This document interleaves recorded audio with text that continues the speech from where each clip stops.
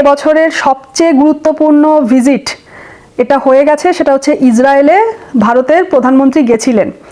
এবারে একটি কথা যেটা চারিদিকে চর্চিত হচ্ছে, ওনাদের বন্ধুত্ব, ওনাদের আদর আপ্যায়ন, আতিথেয়তা, এই সমস্ত কিছু, খুবই গভীর বন্ধুত্ব, এই সমস্ত কিছুর অনেক প্রকাশ তো আমরা পেয়েছি।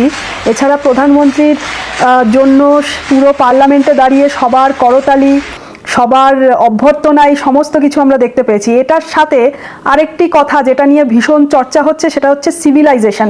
প্রধানমন্ত্রী দাঁড়িয়ে বলেছেন 2 দেশ 2 সিভিলাইজেশন, সভ্যতা। কেন এ কথা বলেছেন? তো তার জন্য দুটো দেশকে পাশাপাশি রেখে যদি এর ইতিহাস নিয়ে একটু চর্চা করা যায়, তাহলে একটু বলি যে এই আজকের ম্যাপে যেখানে ইসরায়েল, সেখানে কিন্তু ইসরায়েলিরা এসছে খ্রিস্টপূর্ব 1200 বা বলতে পারেন আজ থেকে প্রায় 3200 বছর আগে, যেখানে আগে থাকতো ক্যানানিটসরা। এই ল্যান্ডটাকে বলা হতো ক্যানানিটসরা একটা ট্রাইবাল গ্রুপ ছিল।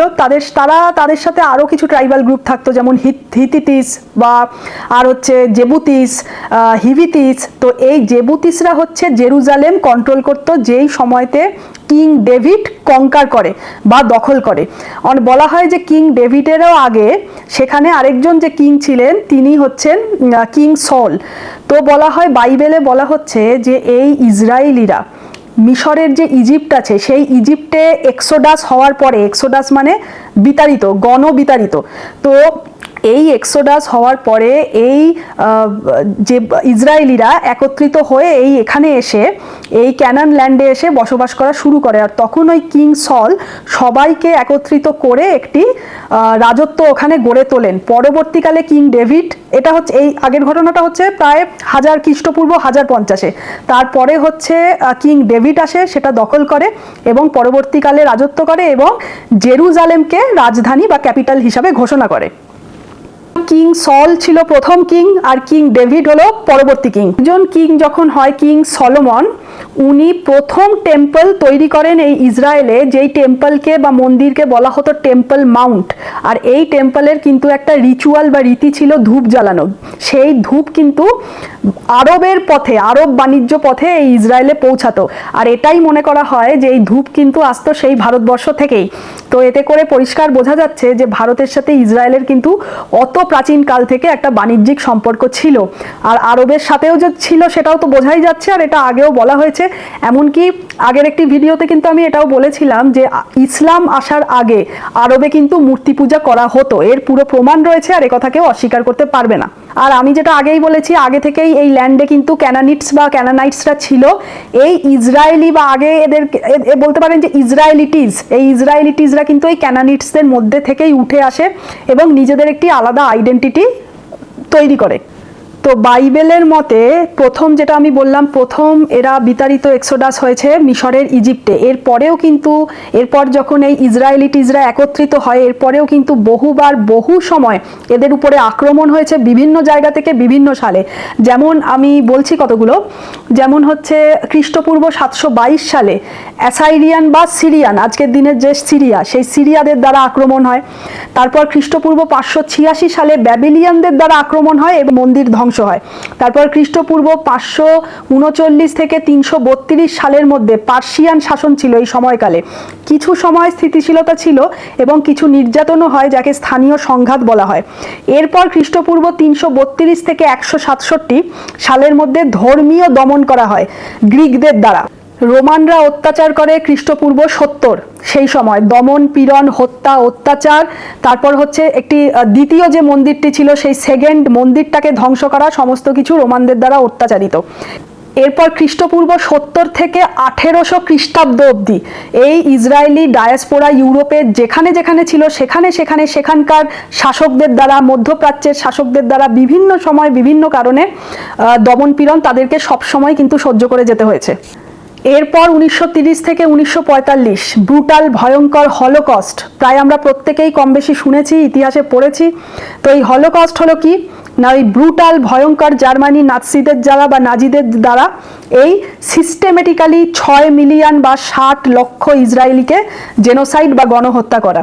তো এরপরে সারা পৃথিবী থেকে এত অত্যাচার পাওয়ার পরে, সমস্ত জায়গা থেকে বিতাড়িত হওয়ার পরে, যখন ব্রিটিশদের কন্ট্রোলে জেরুজালেম ছিল, সেই সময়তে ইসরায়েলিরা একটা নিজেদের জন্য আলাদা সেপারেট রাষ্ট্র দাবি করে জায়োনিস্ট মুভমেন্ট চালু করে। তো সেই সময়তে সারা পৃথিবী থেকে ইসরায়েলিরা একসাথে এসে এই জেরুজালেমে বসবাস করা শুরু করে। আর তখন থেকেই শুরু হয়ে যায় আরব কান্ট্রিজগুলোর, মানে আশেপাশের সব কান্ট্রিজগুলোর বিরোধিতা।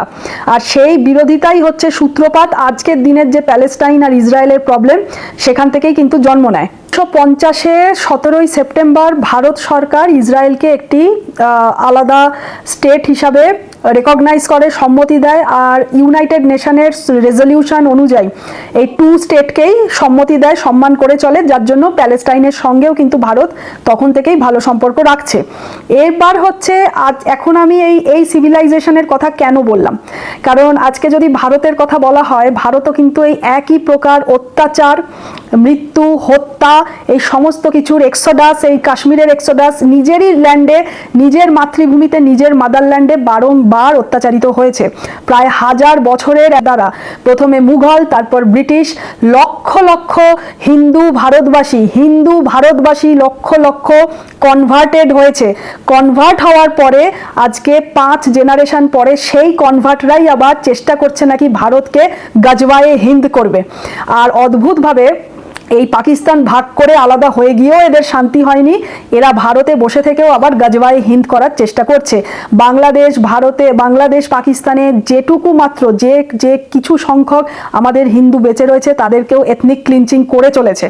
যাচ্ছে এই ভারত আর ইসরায়েল, দুই প্রাচীন সভ্যতা বা অ্যানশিয়েন্ট সিভিলাইজেশন, দুজনেই একই কমিউনিটির দ্বারা আক্রান্ত, একই র্যাডিক্যাল আইডিওলজির দ্বারা আক্রান্ত। তো এই দুই প্রাচীন সভ্যতা যখন কাছাকাছি আসবে, পরম বন্ধু হবে, যেই পরম বন্ধুত্বের কথা বা যেই সম্পর্কের কথা কোনোদিন ভারতের কোনো মন্ত্রী, প্রধানমন্ত্রী কেউ কোনোদিন আগে ইনিশিয়েটিভ নেয়নি, যে এখন প্রধানমন্ত্রী নিচ্ছেন। তো এরা দুজনে কাছাকাছি এলে তো এটা খুবই স্বাভাবিক, এটা অস্বাভাবিক নয় যে সমস্ত সেক্টরে, এগ্রিকালচার, এডুকেশন, ডিফেন্স, তারপর ট্রেড, কমার্স, টেকনোলজি, এই সমস্ত কিছু, আর সবচেয়ে বড় হচ্ছে সংস্কৃতি, কালচারাল আদান প্রদান, এই সব কিছু হতে বাধ্য। আর সবচেয়ে বড় কথা, এরা দুজনে এত অত্যাচারিত, যুগ যুগ ধরে হওয়া অত্যাচারিত দুই সিভিলাইজেশন যখন এক হবে, তখন তো ডিরাডিকালাইজেশন হতে বাধ্য। আর শুধু তাই নয়, এই ডিরাডিকালাইজেশনের মধ্য দিয়ে রিজিওনাল স্টেবিলিটি, মানে রিজিওনাল স্থিরতাকেও কিন্তু আনা হবে।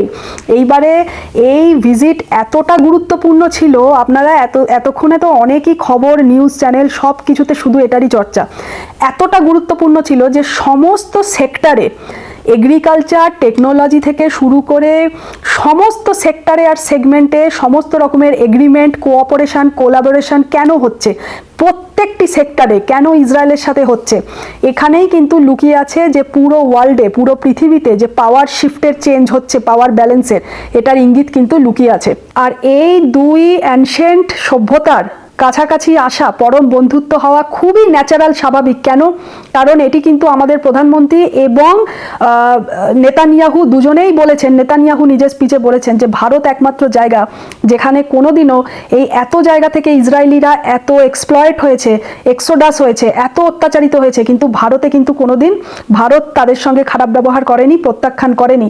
কারণ ভারতের ধর্মই হিন্দু ধর্ম, ভারতের কালচার, রুটি হচ্ছে হিন্দু কালচার, সনাতন। তো সেই জায়গায় দাঁড়িয়ে এমনকি এই ভারতবর্ষ যেরকম পার্সিদের আশ্রয় দিয়েছিল, পার্সিরা যখন বিতাড়িত হয়েছিল, ঠিক সেইভাবে ওই অত হাজার হাজার বছর আগে যখন প্রথম এদের এক্সোডাস শুরু হয়, সেই সময় কিন্তু এই ইসরায়েলিদেরও স্থান দেয় ভারত। আর সেই জন্য আজকের দিনেও কিন্তু মহারাষ্ট্রে, কোচিতে, কেরালার এই জায়গাগুলোতে এখনো কিন্তু ইসরায়েলিদের কিছু কমিউনিটি আছে, যাদের উল্লেখযোগ্য হচ্ছে বেনে ইসরায়েলি, কোচি জিউস আর বাগদাদি জিউস। এর পরের ভিডিওতে আলোচনা করব এই ভিজিটে কি কি এগ্রিমেন্ট হয়েছে, কি কি কোঅপারেশন হয়েছে, যা কিন্তু ভীষণ গুরুত্বপূর্ণ।